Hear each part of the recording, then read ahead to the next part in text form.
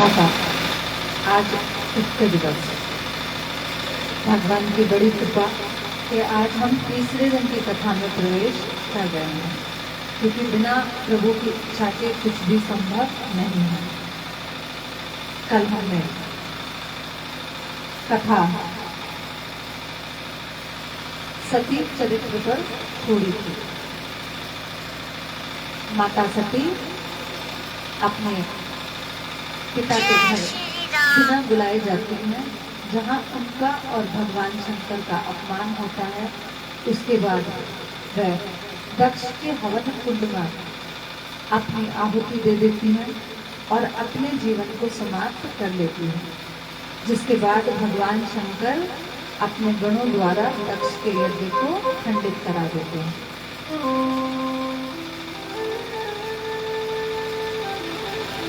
दक्ष बड़ा ही अहंकारी था, इसीलिए उसके धड़ के ऊपर बकरे के शीश को जोड़ दिया जाता है, और जब बकरे का शीश जोड़ा जाता है तो वो भगवान की स्तुति करना चाहता है, लेकिन स्तुति नहीं कर पाता। यही कल हमने कथा विश्राम करी थी। भगवान शंकर दक्ष के ऊपर कृपा करते हैं और दक्ष के मुख से पहली जो वाणी निकलती है वो निकलती है बोल बम बम बम। दक्ष प्रजापति भगवान के नाम के जयकारे लगाता है। जिनका वो अनादर करता था, आज उन्हीं के नाम की स्तुति करता है। बोली भक्तवत्सल भगवान की जय। जय जय श्री राधे, जय जय श्री राधे, जय जय श्री राधे श्याम।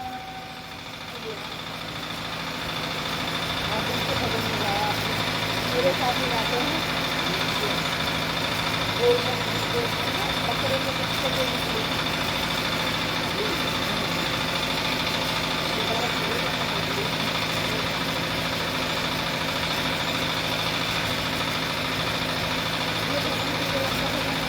राधे श्री राधे। बोलिए शंकर भगवान की जय।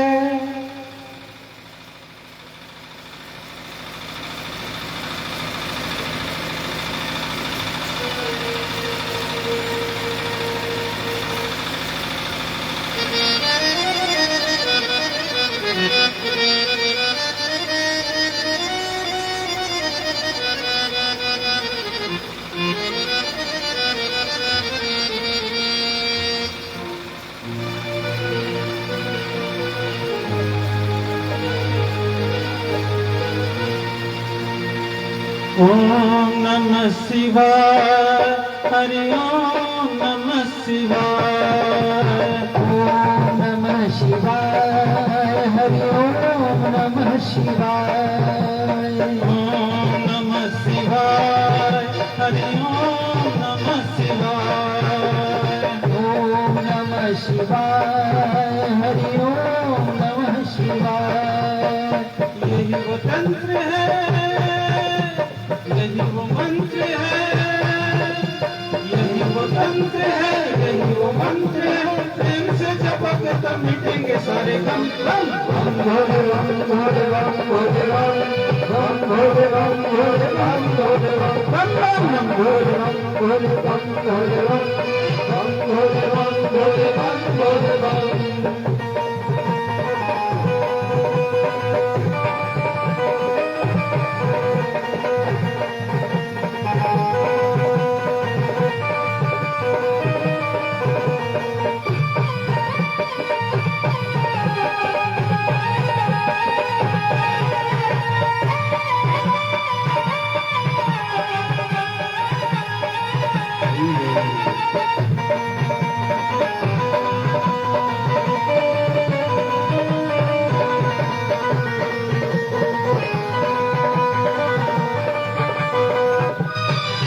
कभी योगी कभी भोगी कभी बाल ब्रह्मचारी, कभी आदिदेव महादेव त्रिपुरारी, महादेव त्रिपुरारी, महादेव त्रिपुरारी। कभी शंकर कभी शंभु कभी भोले भंडारी, नाम है अनंत तोर जग बलिहारी, तोर जग बलिहारी, तोर जग बलिहारी।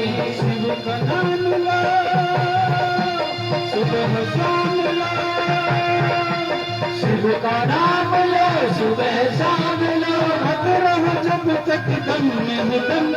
बम भोले बम भोले बम भोले बम, बम भोले बम भोले बम भोले बम, बम भोले बम भोले बम भोले बम, बम भोले बम भोले बम भोले बम।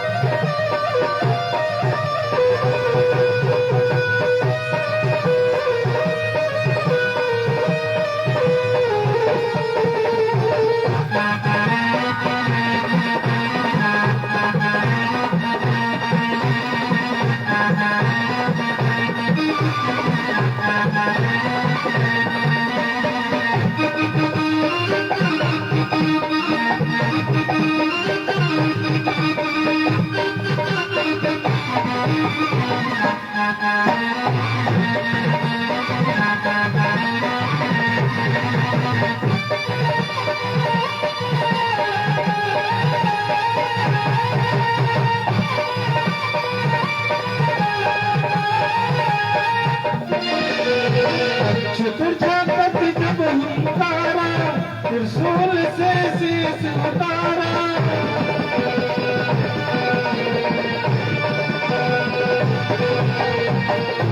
प्रजापति जब हुंकारा, त्रिशूल से शीश उतारा।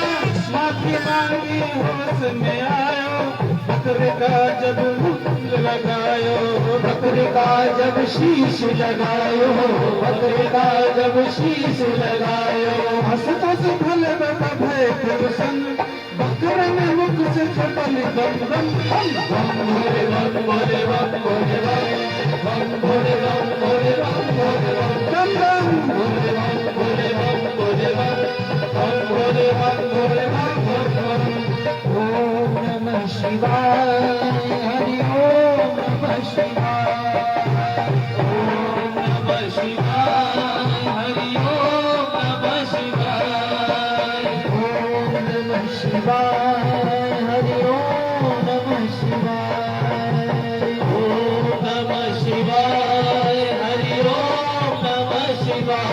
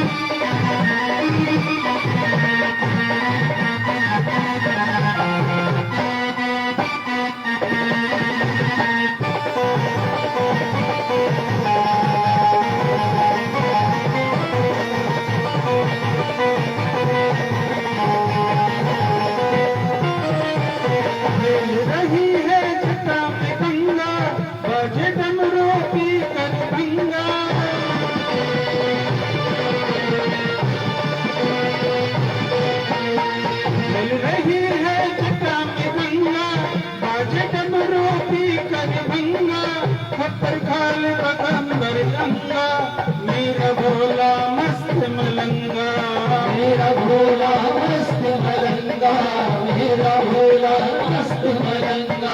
गुरुदास मंग तेरी नजर करम, बम भोले बम भोले बम भोले बम, बम भोले बम भोले बम भोले बम, बम भोले बम भोले बम भोले बम, बम भोले बम भोले बम भोले बम। ओम नमः शिवाय, हरि ओम नमः शिवाय, ओम नमः शिवाय, हरि ओम नमः शिवाय, ओम नमः शिवाय।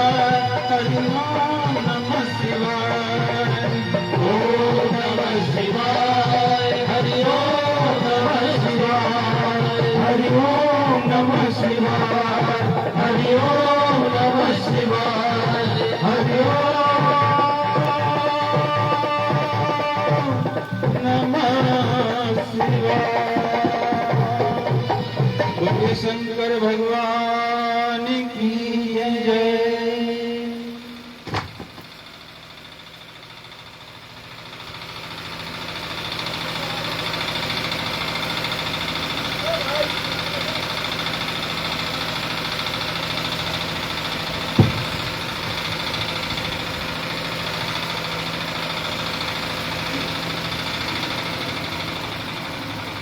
जय जय श्री राधे, जय जय श्री राधे, जय जय श्री राधे श्याम।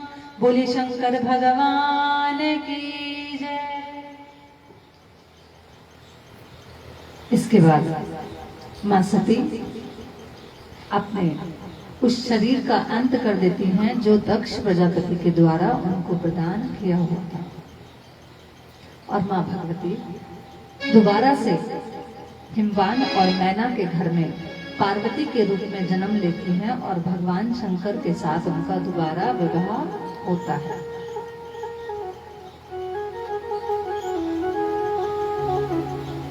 देवी भागवत जी में लिखा हुआ है कि जिस समय मां सती ने अपने प्राणों की आहुति दी और भगवान शंकर उनको उठाकर ले जाते हैं, तो भगवान विष्णु चक्र से उनके 51 टुकड़े कर देते हैं, और जहां जहां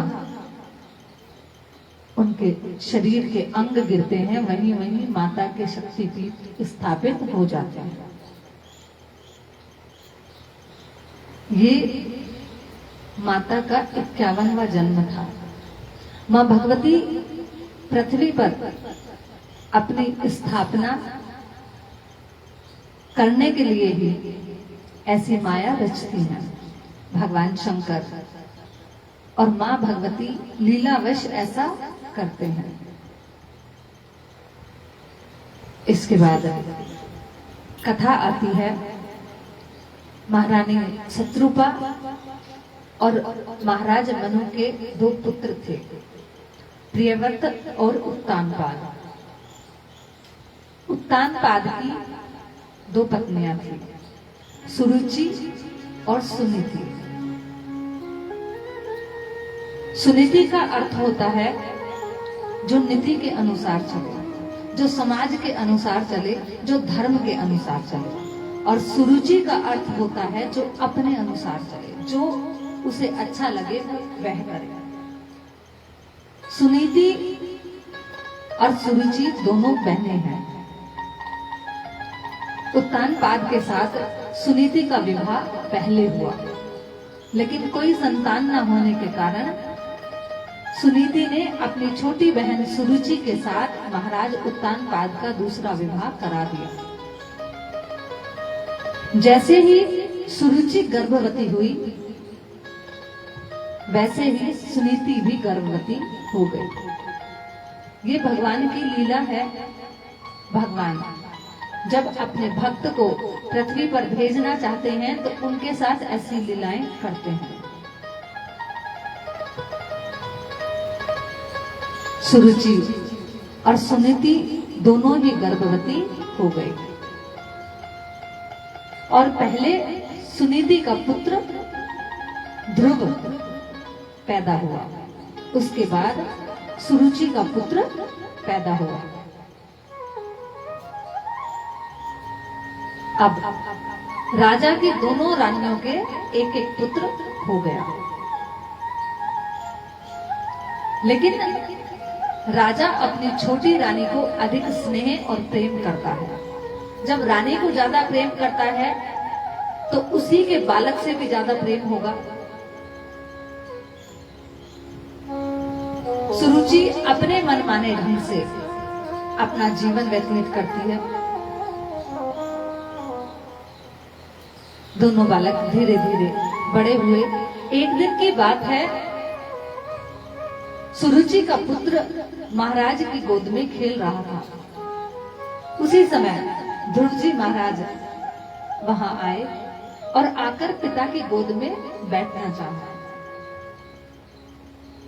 सुरुचि ने देखा कि सोत का पुत्र भी महाराज की गोद में बैठना चाहता है। उसने हाथ पकड़ के बालक को नीचे झटक दिया और कहा, सुनो ध्रुव, तुमने मेरी कोख से जन्म नहीं लिया, इसलिए तुम महाराज की गोद में बैठने के अधिकारी नहीं हो। अगर तुमको महाराज की गोद में बैठने का मन है या तुम चाहते हो कि तुम भगवान के प्रिय पात्र हो जाओ और राजा की गोद में बैठो, तो तुम्हें भगवान की तपस्या करनी चाहिए ताकि वो तुम्हें इस जन्म से छुटकारा दिलाए और मेरे कोख से दोबारा जन्म दिलाए।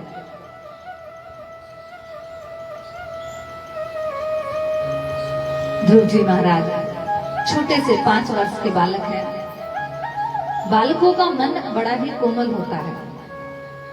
ध्रुव जी रोते रोते माँ सुनीति के पास गए और कहने लगे, माँ, छोटी माँ ने आज मुझे पिता की गोद में बैठने नहीं दिया। सुनीति को ये बात सुनकर बड़ा ही दुख हुआ,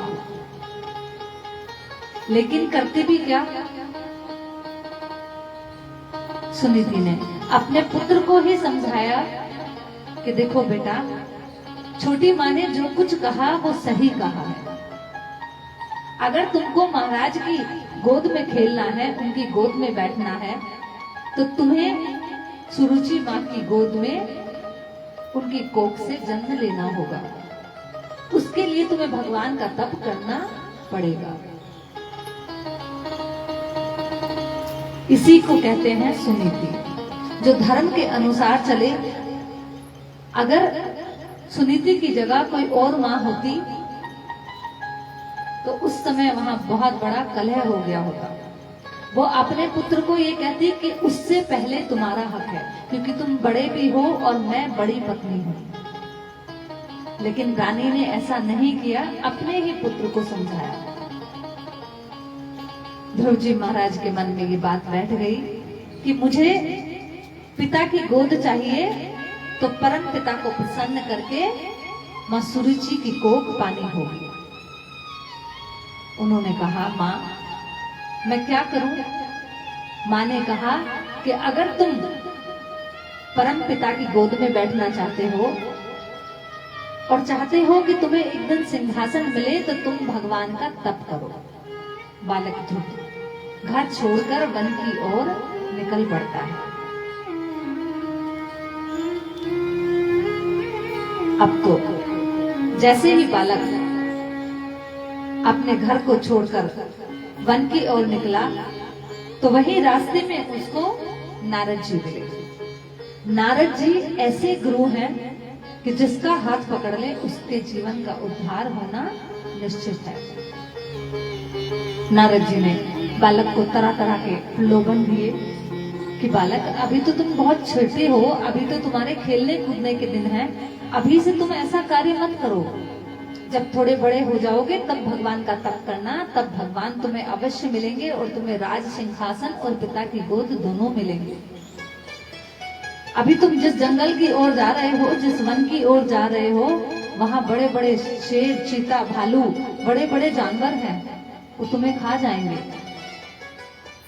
तुम्हारा जीवन नष्ट हो जाएगा। अभी खेल कूदने की उम्र है, तुम जाओ और खेलो कूदो। जब थोड़े बड़े हो जाओगे तो मैं तुम्हारे साथ स्वयं चलूंगा और तुम्हें तप कराऊंगा। बालक ने कहा, नारद जी, आप मुझे इस तरह के झूठे प्रलोभन मत दीजिए। मुझे केवल और केवल भगवान को पाकर उन्हें प्रसन्न करके अपने पिता की गोद चाहिए। इसलिए मैं अब किसी की भी नहीं सुनने वाला। मेरी माता की आज्ञा है कि मैं वन में जाके तप करूंगा, तो मैं तप अवश्य करूंगा। बालक की ऐसी निष्ठा और प्रेम देखकर, ऐसी भक्ति देखकर नारद जी ने इस छोटे से बालक को मंत्र दिया और कहा, जाओ, मैं तुमसे प्रसन्न हूं, भगवान तुम्हारा मनोरथ अवश्य पूर्ण करेंगे। तुम्हें केवल कुछ समय जल ग्रहण करके, अन्न त्याग के और कुछ समय फल त्याग करके भगवान के नाम का अहर्निश जप करना है।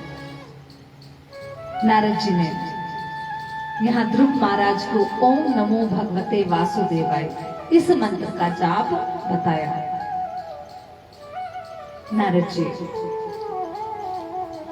के कहे अनुसार बालक ध्रुव वन की ओर आगे चले गए और उन्होंने यमुना जी में जाकर स्नान किया और उस रात्रि उन्होंने निराहार रहकर भगवान का तप किया। थोड़े समय में ही ध्रुव जी अपने पैर के अंगूठे के बल पर खड़े होकर भगवान के नाम का तप करते हैं। और जैसे ही भगवान के नाम का तप करते हैं तो सारी पृथ्वी उनके अंगूठे के भार से, उनके तप के भार से दबने लग जाती है। नारद जी जो मंत्र ध्रुव जी को देकर गए हैं, ये मंत्र ऐसा है कि अगर आप इस मंत्र का जाप कभी भी किसी भी परिस्थिति में करें तो आप उससे आसानी से निकल जाएंगे। चारों ओर ध्रुव महाराज के तप का डंका बज गया। चारों ओर बड़ी अलौकिक से शक्तियां फैल गई। इंद्र को घबराहट हुई, कहीं ये नन्हा सा बालक भगवान को प्रसन्न करके मेरा सिंहासन न हड़प ले। सभी भगवान विष्णु के पास गए, प्रभु एक छोटा सा बालक आपके नाम का तप कर रहा है। ये सतयुग की बात है। सतयुग में एक छोटा सा 5 वर्ष का बालक भी घोर तप करता है, तब भगवान उसको दर्शन देते हैं। और आज कलयुग में भगवान इतनी आसानी से आपके साथ आ जाते हैं। आप केवल उनके नाम का अपने घर में रहते हुए ही जाप करें तो भगवान किसी न किसी रूप में, किसी न किसी कृपा के अनुभव के रूप में आपको दर्शन दे जाते हैं। बस फर्क इतना है कि इस कलयुगी दुनिया में साक्षात भगवान के दर्शन होना बड़ा कठिन है, लेकिन नाम जप से उनका कृपा प्राप्त करना बड़ा ही आसान और सुलभ है। भगवान अपना सिंहासन छोड़कर गरुड़ पर पीतांबर धारण करके ध्रुव जी महाराज के सामने पधारे। और जैसे ही भगवान साक्षात ध्रुव जी महाराज के सामने पधारे तो ध्रुव जी महाराज के मन में जो छवि थी वो अंतर्ध्यान हो गई। जैसे ही भगवान की छवि अंतर्ध्यान हुई, ध्रुव जी महाराज बड़े ही विस्मित हो गए, बड़े घबरा गए, भगवान कहाँ चले गए। और जैसे ही धीरे धीरे उन्होंने अपनी आंखें खोली तो भगवान को अपने सामने पाया। जो छवि मन के अंदर थी वो साक्षात सामने खड़ी है। जब भगवान सामने आ जाते हैं ना, उसके बाद आपको कुछ भी पाने की इच्छा नहीं रहती। ध्रुव जी महाराज भगवान के चरणों में लौट गए, दंडवत प्रणाम किया। भगवान ने झुककर ध्रुव जी महाराज को उठाया और अपनी छाती से लगा दिया। भगवान ध्रुव जी से कहते हैं, ध्रुव मांगो, क्या मांगते हो।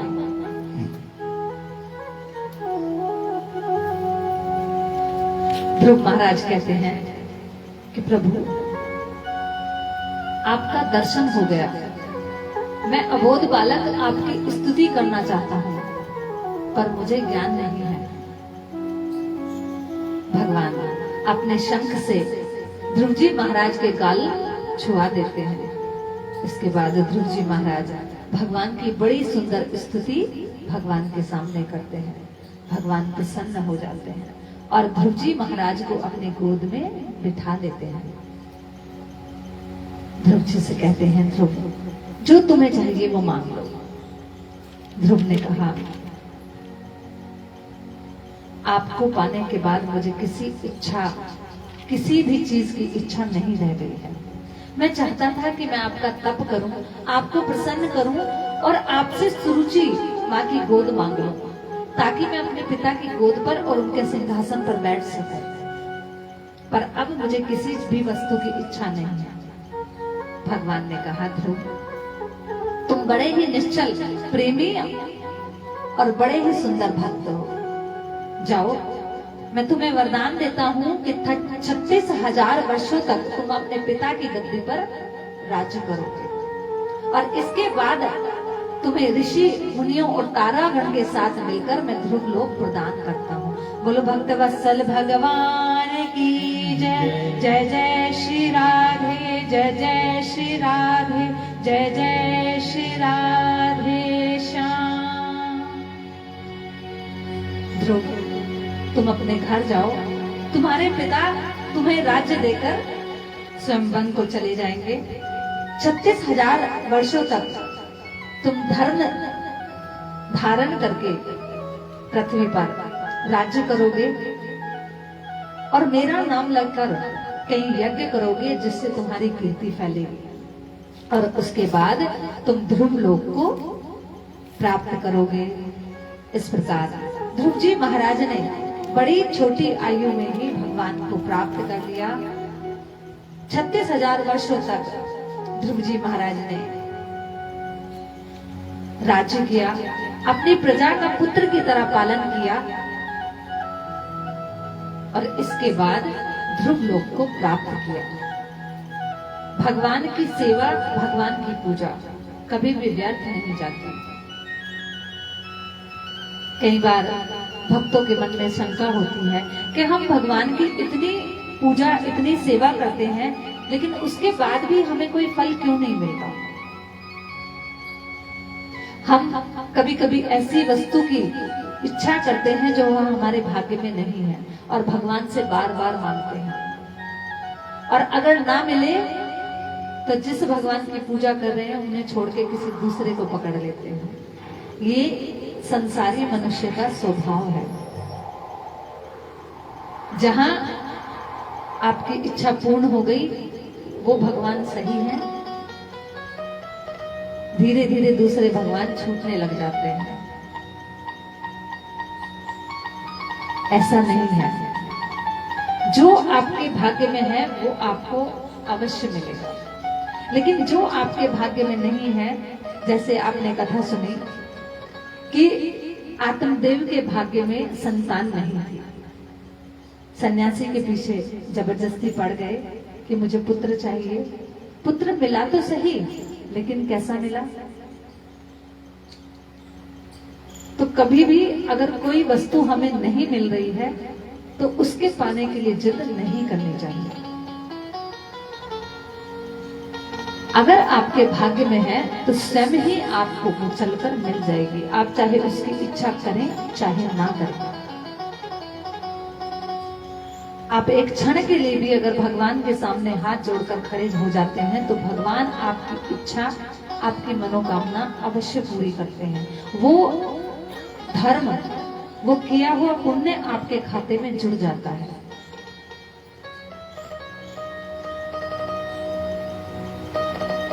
जब किसी मनुष्य के जीवन में दुख आते हैं तो वो दौड़ दौड़ के ब्राह्मणों के पास जाता है, उपाय पूछता है, मंदिरों में जाता है। अगर पंडित जी बता दें कि तुम्हारी कुंडली में मंगल खराब है तो मंगल के दिन भगवान के दर्शन करने जाएगा, प्रसाद चढ़ाने जाएगा। क्या सोमवार या बुधवार के दिन भगवान छुट्टी पे रहते हैं? कभी कभी बिना मनोकामना के भी जाया करो, भगवान को बड़ा सुख मिलता है। क्योंकि जीव केवल और केवल भगवान की भक्ति करने के लिए, भगवान की प्राप्ति करने के लिए ही संसार में आता है। ये माया है, उसी की माया है जो संसार में जीव को फंसा लेती है।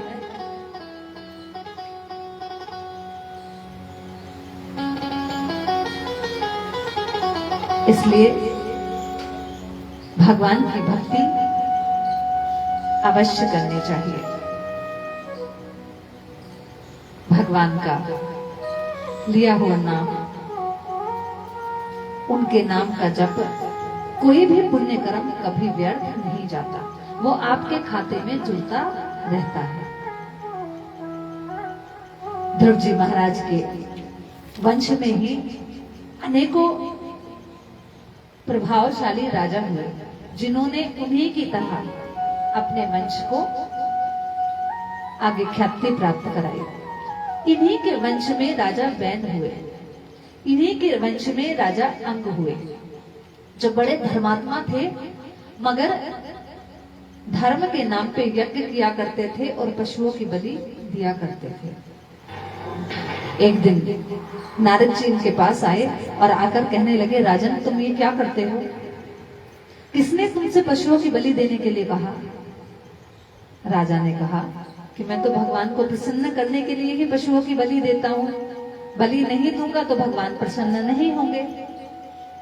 तब नारद जी ने इसको बहुत डांटा फटकारा और इससे कहा कि देख ऊपर आकाश की तरफ देख। जैसे ही राजा आकाश की ओर देखता है तो जितने जीवों की बलि इसने दी थी,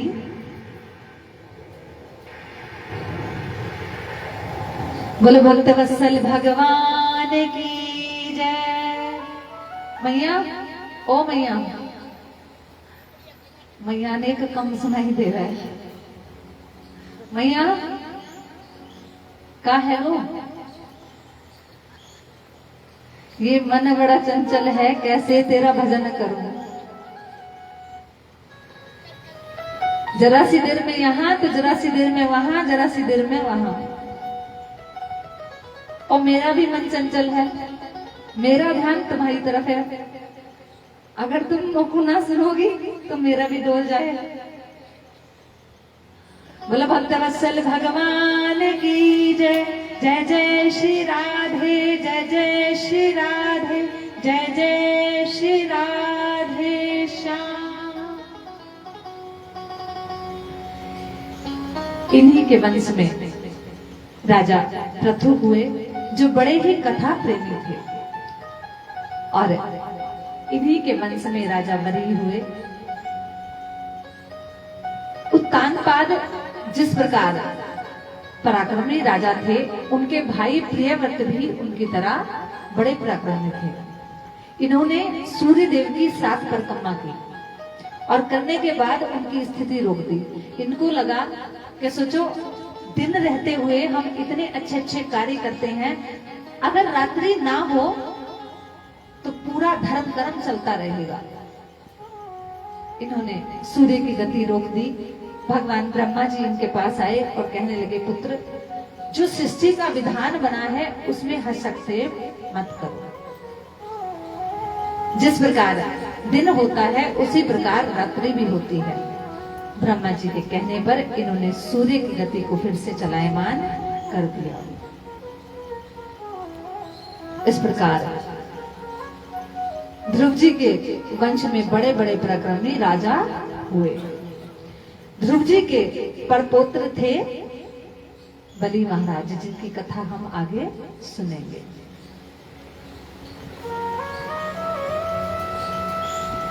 अब कथा आती है राजा भरत की। सुखदेव जी कहते हैं, राजा महाराज भरत बड़े ही भगवत प्रेमी थे। ऋषभ देव जी जो भगवान का अवतार थे, उन्होंने संकल्प मात्र से इन्हें पृथ्वी का राजा घोषित कर दिया था। विश्वरूप की पंचजनी नाम की कन्या से इनका विवाह हुआ। हमारे भारतवर्ष का पहले नाम अजनाब वर्ष था। पहले इसको भारत नहीं कहा जाता था, अजनाब वर्ष कहा जाता था। इन्हीं भरत जी के पराक्रम और इनके ही नाम पर हमारे देश का नाम भारत पड़ा।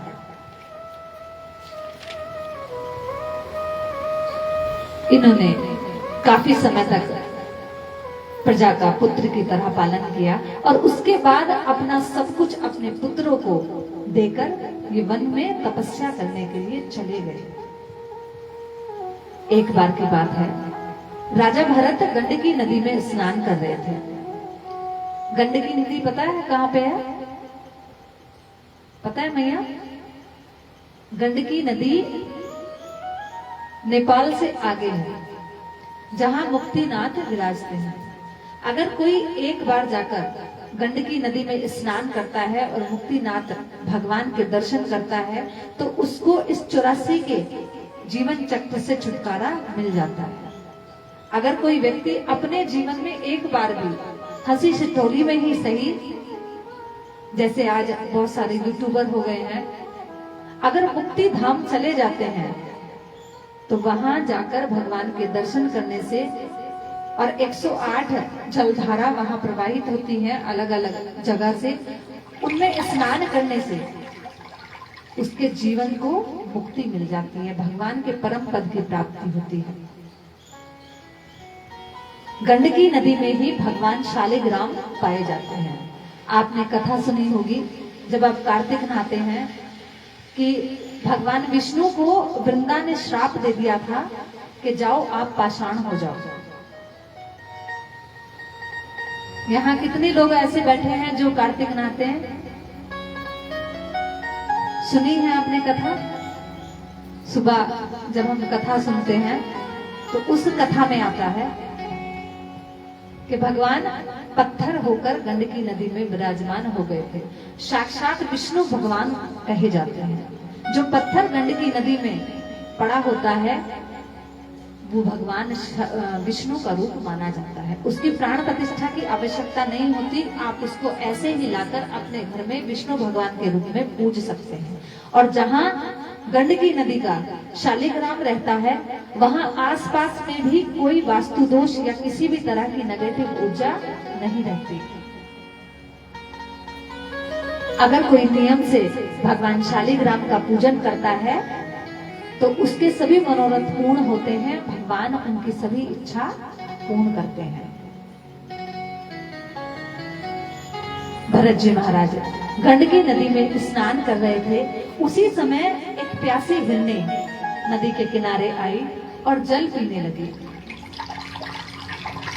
जैसे ही वह नदी में जल ग्रहण कर रही थी, पीछे से एक शेर की आवाज, शेर की दहाड़ उस हिरनी को सुनाई दी। हिरण जाति बड़ी डरपोक होती है। जैसे ही शेर की आवाज सुनाई दी, हिरनी को लगा कि शेर मुझे खा जाएगा। ये हिरनी गर्भवती थी, इसके पेट में बालक था। अब इसने जल्दी जल्दी में नदी को पार करने के लिए नदी में छलांग लगा ली, जिसके कारण घबराहट के वश और छलांग लगाने के कारण इसका बालक गर्भ से निकलकर नदी में गिर गया और हिरनी भी बीच में ही गिरकर मर जाती है। भरत जी किनारे पर स्नान कर रहे हैं और वो सब घटना देख रहे हैं। जब उन्होंने देखा कि हिरनी मर चुकी है और इसका बालक अब पानी की लहरों में बह रहा है, तो इन्होंने भागकर उस बालक को बचा लिया और अपने आश्रम पर ले आए। छोटा सा बालक है। अब भरत जी महाराज इसको अकेला नहीं छोड़ सकते। भरत जी महाराज जैसे अपने बालक का लालन पालन करते हैं, इसी प्रकार इस हिरण के बालक का भी लालन पालन करने लगे। सोते उठते बैठते जागते भरत जी महाराज केवल हिरण के बच्चे पर ही ध्यान रखते हैं। देखो, भगवान के तप के लिए, भगवान को प्राप्त करने के लिए राज काज सब छोड़ाए, सब ऐशो आराम सब छोड़ाए, लेकिन जिस मोह माया को छोड़कर आए थे, हिरण के बच्चे के द्वारा वही मोह माया दोबारा से उन्हें घेर लेती है। अब तो धीरे धीरे करके सारा नित्य क्रम भी छूट गया, क्योंकि हिरण के बच्चे के साथ ही उनका सारा समय व्यतीत होने लगा। भरत जी महाराज का अंतिम क्षण आया और वो बिस्तर पर पड़ गए। हिरण का बालक भी थोड़ा बड़ा हुआ, तो एक दिन हिरणों का बहुत बड़ा झुंड उस आश्रम के बाहर से निकला। जैसे ही उस बालक ने देखा कि मेरी प्रजाति के लोग बाहर से गुजर रहे हैं, वो उनके साथ ही उस आश्रम को छोड़कर चला गया। भरत जी महाराज का मन केवल उस बालक के अंदर था। अंत समय में उन्होंने उसको याद करते करते अपना जीवन त्याग दिया, ये शरीर छोड़ दिया। अंतमति सोगति। जो व्यक्ति अपने अंतिम समय में अपने ध्यान में रखता है, उसको अगला जन्म वही मिलता है। अगर अंत समय में भगवान का नाम जिह्वा पे आ जाए तो बड़े भाग्य समझो कि भगवान की बड़ी कृपा है, उसने अपने नाम को याद करने का मौका हमें दिया। अंत समय में व्यक्ति को केवल अपना घर, अपना ये शरीर, अपना परिवार, अपना धन, अपना व्यापार दिखाई देता है। चाहे कितनी भी बूढ़ी देह हो जाए, व्यक्ति इसे छोड़ना नहीं चाहता। केवल भगवान से, बूढ़े से बूढ़ा भी व्यक्ति ये कहता है, भगवान मुझे स्वस्थ कर दे। भैया, जिस शरीर में ये प्राण रहते हैं वो भी तो एक मशीन है, एक ना एक दिन खराब होगी। एक एक करके पुर्जे खराब होते चले जाते हैं, लेकिन भगवान के सामने जाएंगे, भगवान घुटनों में बड़ा दर्द है, थोड़ा ठीक कर दे। बस घुटने सही रहे तो तेरे मंदिर आ सकूं, आंखें ठीक रहे तो तेरा दर्शन कर सकूं, कान ठीक रहे तो तेरा भजन सुन सकूं। लेकिन जब ठीक होता है तब किसी का मन इधर जाता ही नहीं है। तभी तो कहा गया है, भजन कर मस्त जवानी में, बुढ़ापा किसने देखा है। जिस समय मन होता है उस समय शरीर काम नहीं करता। उस समय आप भगवान की कथा में 3 घंटे मन लगाकर बैठ नहीं सकते, कमर पिराने लगेगी, घुटने पिराने लगेंगे। इसीलिए हमेशा कहा जाता है कि जब समय मिल जाए, जैसे समय मिल जाए, भगवान का नाम अवश्य लेना चाहिए। किसी से कहो कि अरे बच्चों को मंदिर नहीं भेजते हो, बच्चों को कथा में नहीं भेजते हो, तो सीधे एक ही उत्तर मिलेगा कि अभी का उम्र है, उम्र निकल गई है, अभी से इनको भजन आनंदी बना दो। ठीक है, कभी कभार त्योहार में मंदिर चले जाते हैं तो फिर वो कभी कभार ही जाएंगे, उनका मन भगवान में लगेगा ही नहीं, संसारिक विषयों में ही उनका मन लगा रहेगा। भरत जी महाराज अपने प्राण हिरण के बच्चे में ध्यान लगाए हुए त्याग देते हैं, तो उनका अगला जन्म हिरण का ही होता है। भाग्यवश और अपने पिछले जन्म के पूजा पाठ और धर्म कर्म के प्रभाव से उन्हें अपना पिछला जन्म हिरण की योनि में भी याद रहता है कि मैं पिछले जन्म में राजा भरत था, जो अपना राज्यपाठ केवल इसलिए छोड़ के आया था कि मुझे भगवान की प्राप्ति करनी थी, और मैं हिरण के मोह में पड़कर अपने जीवन का त्याग कर देता हूँ। इस जन्म में वो केवल और केवल जब तक जीवित रहे तब तक भगवान का ही ध्यान करते रहे। और अंत समय में जिस आश्रम में भरत जी महाराज रहते थे, उसी आश्रम के पास गंडकी नदी के किनारे आकर आधा शरीर गंडकी नदी में और आधा बाहर करके उन्होंने अपने प्राणों को छोड़ दिया। बोलो भक्त वत्सल भगवान की जय। जय जय श्री राधे, जय जय श्री राधे, जय जय श्री राधे श्याम। शरीर छोड़ने के बाद भरत जी का अगला जन्म ब्राह्मण कुल में हुआ।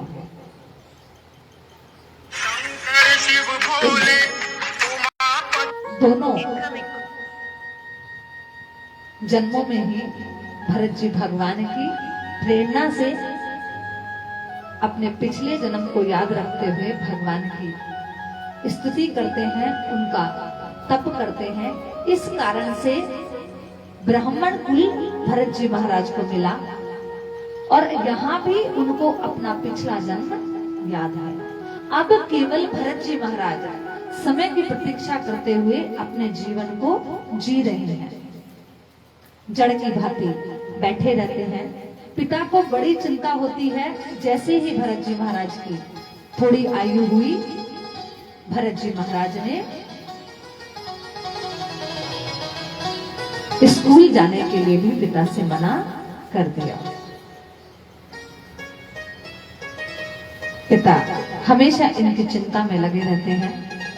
समय आने पर इनका योग्य पवित्र संस्कार किया गया, लेकिन भरत जी महाराज केवल जड़ की भांति घर में पड़े रहते हैं। अगर किसी माँ के 5 बालक हैं, 4 बालक हैं, तो माँ का ध्यान हमेशा सबसे ज्यादा उस बालक के ऊपर रहता है जो सबसे ज्यादा कमजोर होता है। जो सही है उन बालकों की और तो माँ का ध्यान जाता ही नहीं। जो सबसे कमजोर बालक होगा, माँ हमेशा यही सोचती है कि किसी तरह इसको भी तरक्की मिल जाए। समय आया और माता पिता दोनों भरत जी महाराज को छोड़कर चल गए। अब तो भाई और भाभियां भरत जी महाराज को तरह तरह से ताने मारते कि घर में पड़ा रहता है, रोटी तोड़ता रहता है, कोई काम धाम नहीं करता, किस प्रकार का जड़ है। सब लोगों ने मिलकर भरत जी महाराज का नाम जड़ भरत रख दिया। अब तो भरत जी महाराज अपने जीवन को जैसे तैसे काट रहे हैं। एक दिन भाभियों ने सलाह मिलाई कि घर में पड़ा रहेगा तो कोई काम नहीं करेगा, क्यों ना इसको खेत पर चौकीदार बनाकर ही रख दिया जाए। भाइयों की भी बात समझ में आई कि जब ये कोई काम नहीं करता तो क्यों ना इसको खेत पे छोड़ दिया जाए। और भरत जी महाराज से कहा कि आप खेत पर जाकर खेत की रखवाली करो, आपके भोजन की व्यवस्था हम वहीं कर दिया करेंगे। कुछ दिनों तक तो भाभियों ने भरत जी महाराज के लिए भोजन की व्यवस्था की और भोजन भेज दिया। लेकिन कुछ दिनों बाद भोजन का भी कोई ख्याल नहीं रहा। बोलो भक्त वत्सल भगवान की जय। अब जब भोजन का भी कोई इंतजाम नहीं है, भरत जी महाराज भूखे प्यासे ऐसे ही भगवान के ध्यान में पड़े रहते हैं। एक दिन की बात है कि एक चोरों का सरदार बलशाली बनने के लिए मां काली का अनुष्ठान कर रहा होता है। अब उसको बलि देने के लिए एक हष्ट-पुष्ट ब्राह्मण चाहिए। उसने अपने सेवकों से कहा कि तुम लोग जाओ और जाकर एक ऐसा हष्ट-पुष्ट जवान व्यक्ति ढूंढ के लाओ जिसकी बलि मैं मां काली के चरणों में चढ़ा सकूं।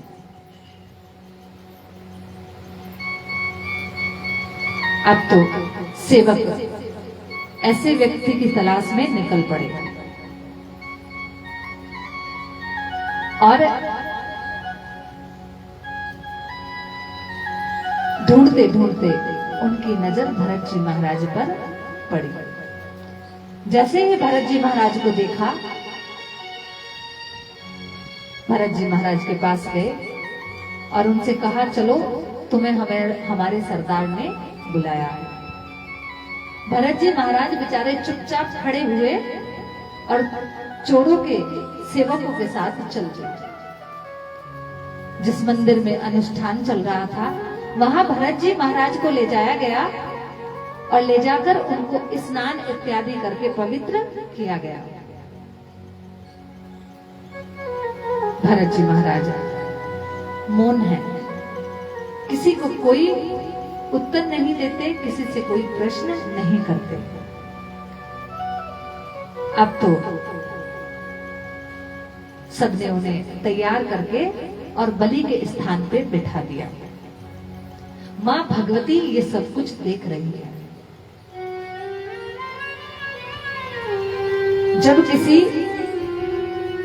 निर्दोष के ऊपर अन्याय होता है तो भगवान स्वयं उसकी रक्षा करने के लिए कोई ना कोई रूप धारण करके अवश्य पधारते हैं। जैसे ही चोरों के सरदार ने भरत जी का शीश बलि देने के लिए खड़ग उठाई, वैसे ही देखते देखते मां काली की मूर्ति के अंदर से मां भगवती प्रकट हो गई। बोलो भगवती माता की जय। अब तो मूर्ति फाड़कर मां भगवती सामने प्रकट हो गई और सभी दुष्टों को क्षण भर में मौत की घाट उतार दिया। भरत जी महाराज सब देख रहे हैं भरत जी महाराज के सामने मां भगवती है, लेकिन उन्होंने कोई प्रतिक्रिया मां के सामने व्यक्त नहीं की और प्रणाम करके नीचे की ओर मुख करके बैठ गए। मां अंतर ध्यान हो गई। भरत जी महाराज वहां से निकलकर अपना जीवन व्यापन करने के लिए किसी नगर की ओर चल दिए। भरत जी महाराज अगले दिन पास ही के गांव में जाकर एक वृक्ष की छांव में बैठ गए। न भोजन, न पानी, न किसी प्रकार का स्नान ध्यान, केवल भगवान की स्मृति। हम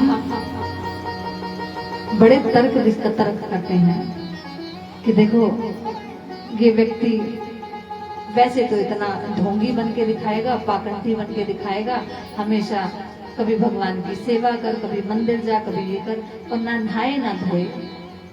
आप नहीं जानते किसकी क्या स्थिति है, किसकी मानसिक स्थिति किस प्रकार की है, हम लोग नहीं जानते। हम केवल ऊपर का दिखावा देखते हैं।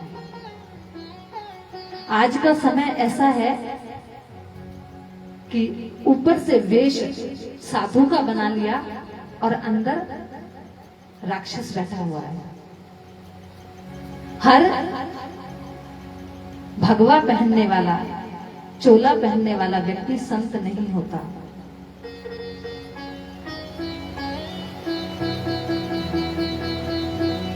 आज के समय में तो ब्राह्मण जाति इतनी बदनाम हो गई कि कुर्ता पजामा पहन लो, छोटी सी चोटी रख लो, तिलक लगा लो और बस ब्राह्मण हो गए। और कोई गलत कृत्य अगर उसने कर दिया तो बदनाम ब्राह्मण जाति होती है। आप YouTube, Facebook, Instagram सब पे देखो कितनी रील आती हैं। पंडित का वेश धारण करके जाने किस किस जाति का व्यक्ति और ग्रह नक्षत्र बता रहे हैं, आज का दिन इतना उत्तम है, आज ये करो तो ये फल होगा, आज ये करो तो ये फल होगा, और बदनाम होते हैं ब्राह्मण। लोग कहते हैं ये ब्राह्मणों की देन है कि दो दो रक्षाबंधन हो रहे हैं, दो दो दिवाली हो रही है, दो दो होली हो रही है। जबकि अगर ब्राह्मण एकजुट होना भी चाहे तो उनको दोषी बना दिया जाता है। कोई सुनता ही नहीं है, क्योंकि इंस्टाग्राम सबसे बड़ा ब्राह्मण है, यूट्यूब सबसे बड़ा ब्राह्मण है।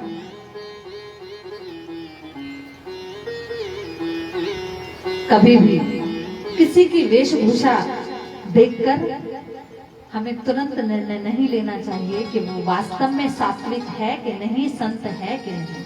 संत कौन होता है? जिसका मन, जिसकी वाणी, जिसके कर्म पवित्र हो, वो संत होता है, चाहे वो किसी भी भेष में रहता हो। स्नान केवल आपके तन को पवित्र करता है, लेकिन भगवान का नाम, भगवान का जप आपके मन को पवित्र करता है। इसलिए मन की पवित्रता भगवान देखते हैं। छोटी सी दो लाइनें।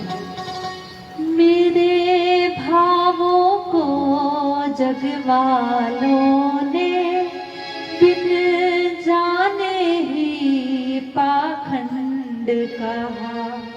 मैंने कुछ न कहा, खामोश रही, तो सबने इसे घमंड कहा। दुनिया वालों की आदत है हर बात पे बात बनाने की। मेरे श्याम धनी मेरा न्याय करो, बंद करो आवाज जमाने की। किसके भाव कैसे हैं आप इसका निर्णय नहीं कर सकते।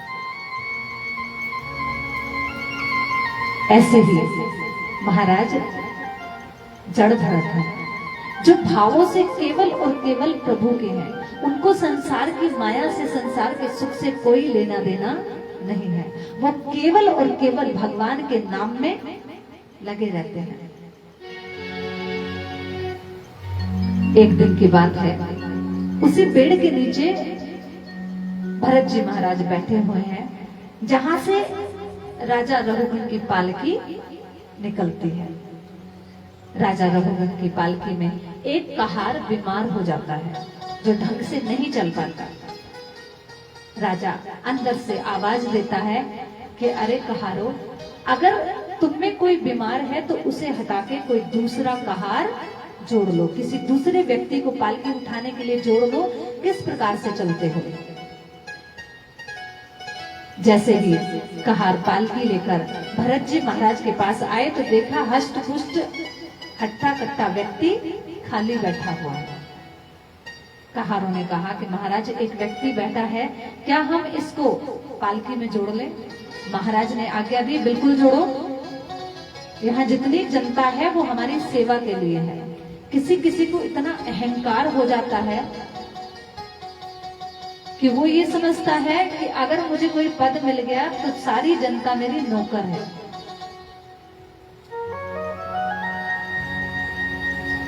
कहारों ने भरत जी महाराज को कहा, अरे सुनो, अगर तुम खाली हो तो महाराज की पालकी उठाने में हमारी मदद करो। भरत जी महाराज बिना कुछ कहे सुने पालकी उठाने में कहारों की मदद कर देते हैं। अब जैसे ही भरत जी महाराज पालकी लेकर आगे बढ़ते हैं तो भरत जी महाराज हमेशा नीचे की ओर देख के चलते हैं। नीचे पांव के एक चींटा आ जाता है। भरत जी महाराज चींटे को बचाने के लिए छलांग लगा देते हैं। जैसे ही छलांग लगाई, राजा रघुगण का सर पालकी में लग जाता है।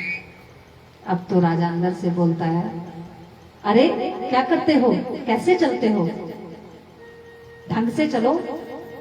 कहारों ने कहा, महाराज हम तो ठीक चल रहे हैं, लेकिन ये जो नया कहार जोड़ा है ये पता नहीं क्या करता है, इसने छलांग लगा दी। महाराज ने कहा कि तुम जो भी हो सही से चलो, नहीं तो तुम्हें दंड दिया जाएगा। थोड़ी दूर चलते ही फिर से वैसा हुआ, पैर के नीचे कोई जीव आया और भरत जी महाराज ने फिर से छलांग लगा दी। ऐसा 2-3 बार हुआ। अब तो राजा को क्रोध आ गया और राजा ने कहा, पालकी रोको और मुझे नीचे उतारो।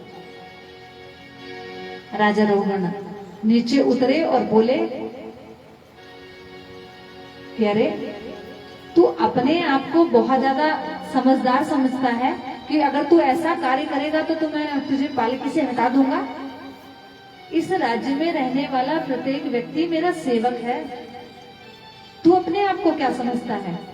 तूने 2 बार 3 बार 4 बार इस प्रकार की हरकत की कि मेरे सर में चोट लग गई। तनिक भी तुझे डर नहीं है कि राजा मुझे दंड दे सकता है? आज पहली बार भरत जी के मुख से आवाज निकलती है और भरत जी महाराज राजा रघुगण से कहते हैं कि राजन, आप अपने आप को पृथ्वी का मालिक समझते हैं? आप राजा हैं, राजा प्रजा का पिता होता है, मालिक नहीं। आप प्रजा के पालक हैं, मालिक तो केवल सबका एक ही है, वो ईश्वर। आप अपने आप को ईश्वर समझने की भूल ना करें। आपके अंदर जो आत्मा है वही आत्मा मेरे अंदर भी है। हम सबके अंदर भगवान विराजमान है और आप अपने आप को मालिक समझते हैं। भरत जी महाराज ऐसा सुंदर आत्मज्ञान राजा रघुगण को देते हैं कि राजा रघुगण उनके चरणों में दंडवत प्रणाम करता है और कहता है, महाराज आप कौन हैं? आप जैसा ज्ञानी मुझे आज तक इस संसार में दूसरा कोई नहीं मिला। यहाँ भरत जी महाराज राजा रघुगण को आत्मज्ञान की शिक्षा देते हैं और फिर जीवन पर्यंत राजा रघुगण के साथ ही भगवान की सेवा में और भगवान के ध्यान में लग जाते हैं और भगवान के परम पद को प्राप्त करते हैं। बोलो भक्त वत्सल भगवान की जय। जय जय श्री राधे, जय जय श्री राधे, जय जय श्री राधे श्याम।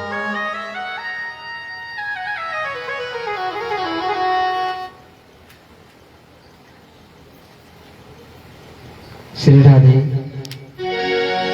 बोलिए श्री बांके बिहारी लाल की जय। श्री राधा रानी सरकार की जय।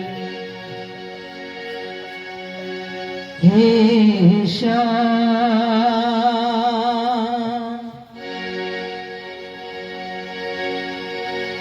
मेरे श्याम,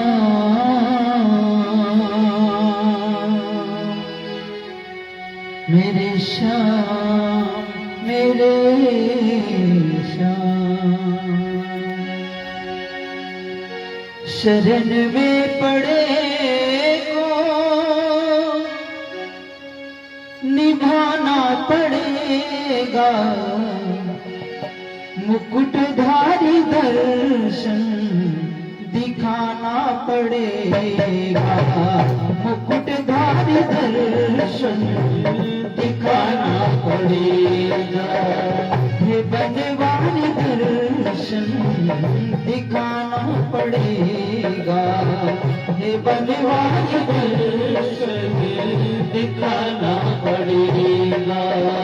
शरण में पड़े को, शरण में पड़े को निभाना पड़ेगा, मुकुटधारी दर्शन दिखाना पड़ेगा, मुकुटधारी दर्शन दिखाना पड़ेगा। हे बनवारी दर्शन दिखाना पड़ेगा, हे बनवारी दर्शन दिखाना पड़ेगा।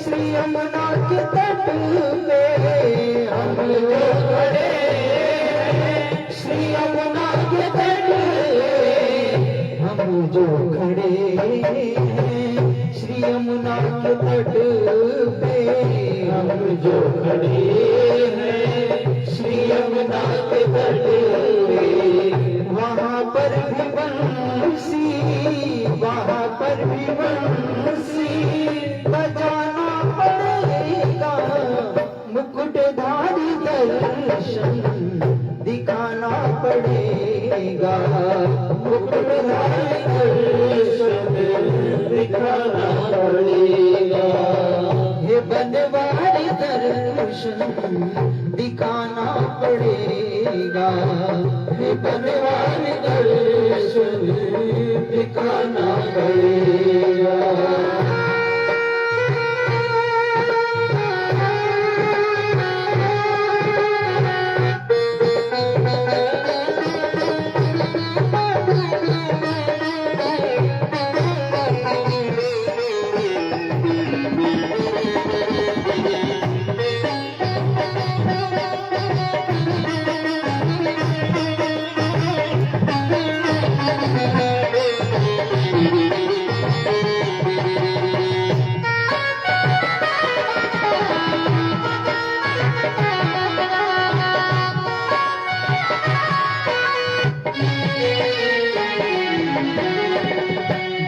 भटकती है संसार सागर में नैया, भटकती है संसार सागर में नैया, भटकती है संसार सागर में नैया, भटकती है संसार सागर में नैया। किनारे पे तुमको, किनारे पे तुमको लगाना पड़ेगा, मुकुटधारी दर्शन दिखाना पड़ेगा, मुकुटधारी दर्शन दिखाना पड़ेगा। शरण में पड़े को, शरण में पड़े को निभाना पड़ेगा, मुकुटधारी दर्शन दिखाना पड़ेगा, मुकुटधारी दर्शन दिखाना पड़ेगा। पहले कुछ प्रेम बढ़ा करके फिर दूर खड़े मुस्काने लगे, जब चाह हुई मिलने की जरा मुख चंद्र को हमसे छुपाने लगे, मुख चंद्र को हमसे छुपाने लगे, मुख चंद्र को हमसे छुपाने लगे, मुख चंद्र को हमसे छुपाने लगे, मुख चंद्र को हमसे छुपाने लगे। बस एक ही बार हंसा करके सारी उम्र हमें रुलाने लगे, करुणा करनी तो दूर रही, करुणा निधि होके सताने लगे, करुणा निधि होके सताने लगे, करुणा निधि होके सताने लगे। शरण में पड़े को, शरण में पड़े को निभाना पड़ेगा, मुकुटधारी दर्शन दिखाना पड़ेगा, मुकुटधारी दर्शन दिखाना पड़ेगा। ये बनवारी दर्शन दिखाना पड़ेगा, ये बनवारी दर्शन दिखाना पड़ेगा, मुकुटधारी दर्शन दिखाना पड़ेगा, मुकुटधारी दर्शन दिखाना पड़ेगा। बनवारी दर्शन दिखाना पड़ेगा, हे बनवारी दर्शन दिखाना पड़ेगा, मुकुटधारी दर्शन दिखाना पड़ेगा, मुकुटधारी दर्शन दिखाना पड़ेगा, हे बनवारी दर्शन दिखाना पड़ेगा। बोलिए श्री बांके बिहारी लाल की, बोलिए श्री राधा रानी सरकार की जय। जय जय श्री राधे श्याम, जय जय श्री राधे, जय जय श्री राधे, जय जय श्री राधे श्याम।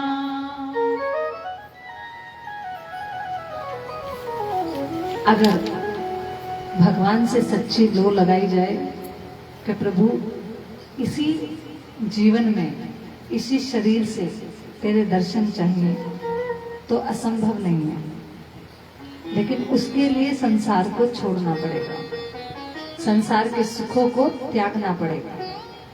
आप संसार का मोह छोड़ो, भगवान आपसे स्वतः ही मोह जोड़ लेंगे। आसान नहीं है अपनी इच्छाओं को मारना,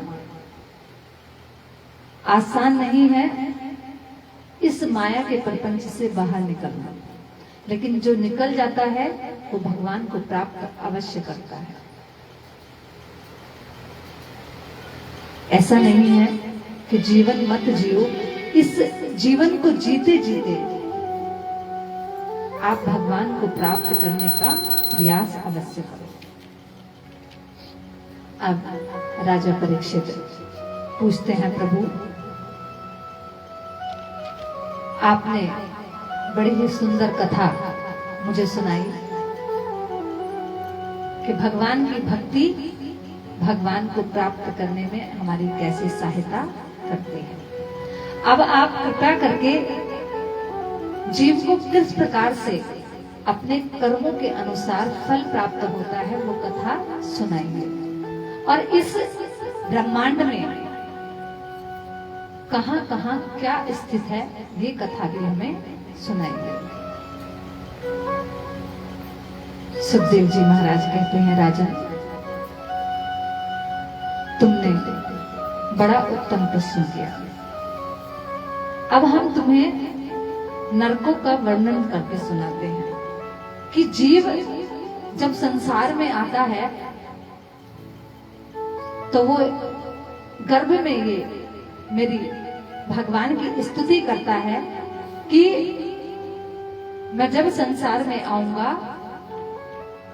तो केवल और केवल भगवान का नाम लूंगा। लेकिन जैसे ही वो संसार में आता है वो माया के चक्र में फंस जाता है, और माया के चक्र में बंध के वो तरह तरह के पाप और पुण्य करता है। पाप करने वाले मनुष्यों को कैसे कैसे नरक में जाना पड़ता है उनका वर्णन मैं तुम्हें सुनाऊंगा। परीक्षित ध्यान से सुनो।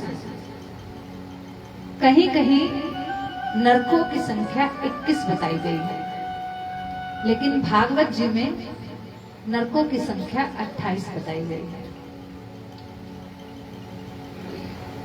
ये 21 नरक कौन से हैं? ताम्रिक, अंध ताम्रिक, रोरव, महारोरव, कुंभीपाक, कालसूत्र, अतिपत्रवन, सूकर मुख, अंधकूप, क्रमी भोजन, संदर्श, तप्र सुक्ति, ब्रजकंठ, शलमालिन, वैतरणी, प्योद, प्राणरोध, विश्वसन, लाभक्ष, सारमेयगन, अवीची, अन्यपान, शार्दकम, रक्षुगण भोजन, शूल क्रोध, 10 शूल, अवट निरोधन, पर्यावर्तन और सूची मुख। इस प्रकार मिलकर 28 नर्क कहे गए हैं।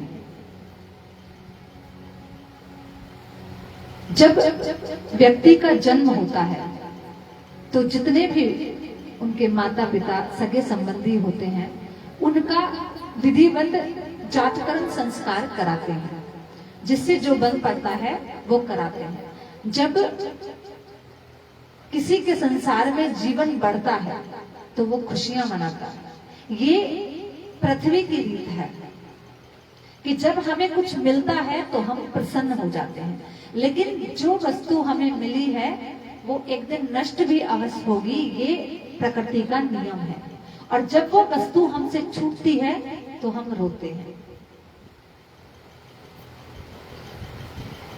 जन्म होता है तो खुशियां मनाई जाती हैं, और जब मृत्यु होती है तो रुदन होता है। जबकि गरुड़ पुराण के अंदर लिखा हुआ है कि जब भी कोई व्यक्ति इस संसार को भगवान के दिए शरीर को छोड़कर जाए तो उसके पीछे रोना नहीं चाहिए। क्यों नहीं रोना चाहिए? जब हम रोते हैं तो जो हमारे रोने द्वारा कफ निकलता है, जब रोते हैं तो नाक से भी कफ निकलता है, गले से भी कफ आता है, वो सब उस जीव आत्मा को मिलता है। हमेशा जीव आत्मा के सामने भजन करना चाहिए। कई जगह ऐसा नियम है, मुझे याद नहीं आ रहा, कि वहां अगर कोई मर जाता है तो एक तरफ पुरुषों की सभा होती है और एक तरफ स्त्रियों की सभा होती है, और दोनों तरफ से उस मृत आत्मा को भजन सुनाया जाता है। जिस स्थान पर भी किसी की मृत्यु होती है, जिस घर में उसका संस्कार किया जाता है, जब तक उसकी 13वीं नहीं हो जाती तब तक वो आत्मा वहीं अटारी पर बंधी पड़ी रहती है। अभी तक मैं भी ये मानती थी, जब तक मैंने भागवत जी नहीं पढ़ी थी या जब तक मैंने थोड़ा बहुत ज्ञान नहीं लिया था, कि कहीं जाएंगे जैसे सब लोग कह देते थे, अरे वहां जाना नहीं, कुछ हो जाएगा। बच्चे तो बिल्कुल मत जाना। क्यों? कि जो मर गया है ना वो चिपट जाएगा। मानते हैं कि नहीं मानते? मानते हैं ना कि वहां गई थी, वहां जाके कुछ हो गया। भैया, जब वो अपने शरीर में नहीं घुस सकती तो तुम्हारे शरीर में कैसे घुस जाएगी? जब वो प्रेत रूप में आ जाएगा तब वो आपको परेशान कर सकता है। जब उसका शरीर नष्ट हो जाएगा तब उसको प्रेत रूप में, वायु रूप में, जैसे आपने धुंधकारी की कथा सुनी, वो तरह तरह के भेष बदल के दूसरे को डरा सकता है, लेकिन किसी के शरीर में नहीं आ सकता। शरीर में जो ये जितने होते हैं ना कि मेरे शरीर में आ गया, वो बोल रहा है, वो बोलता नहीं है, वो दूर से डराता है और वो व्यक्ति उसके कंट्रोल में होके वो चीजें बोलता है। अगर ऐसे किसी दूसरे शरीर में प्रेत आत्मा घुस सकती तो फिर वो प्रेत बन के थोड़ी ना घूमते, किसी ना किसी के शरीर में रह के।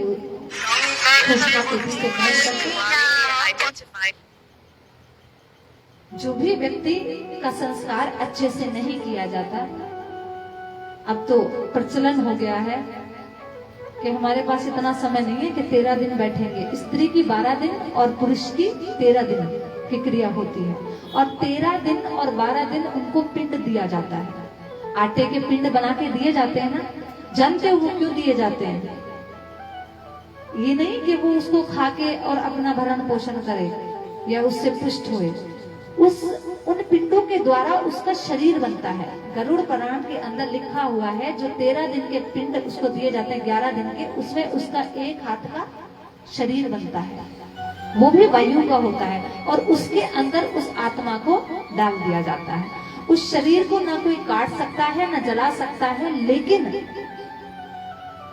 यम की यातनाएं भोगने के लिए पर्याप्त होता है। जब आत्मा को एक शरीर दिया जाता है तो उससे वो तरह तरह के कर्म करता है। बुद्धि विवेक होने के बाद भी अपने शरीर को या अपने परिवार को जो सुख दे, चाहे वो गलत है चाहे सही है, ऐसे कर्म करता है। उन कर्मों का फल ही उसको आगे जाके भोगना पड़ता है। जब मर जाता है, अगर आपने अच्छे से उसकी क्रिया नहीं की तो उसका वो शरीर नहीं बन पाता और उसको वो यातना नहीं मिल पाती, उसके कर्मों का कष्ट नहीं कटता, तो वो प्रेत बनकर घूमता है। ध्यान देना, चाहे कितना भी जरूरी कार्य छूट जाए। लोग कहते हैं कि अगर त्योहार पे किसी के घर दुर्घटना हो गई तो भैया त्योहार भी तो मनाना है, जाने वाला तो चला गया, लेकिन त्योहार भी तो उठाना है। 3 साल में त्योहार स्वतः ही उठ जाता है, यानी दोष खत्म हो जाता है। 4थे साल से आप त्योहार मना सकते हैं। ये रीत हमारी बनाई हुई है कि अगर कोई त्योहार पे चला गया तो जब तक उस त्योहार पे कोई बालक पैदा नहीं होगा या गाय को बछड़ा नहीं होगा, तब तक आपका त्योहार नहीं उठेगा। ये सांसारिक रीत है, किसी पुराण के अंदर या किसी ग्रंथ के अंदर नहीं लिखी हुई।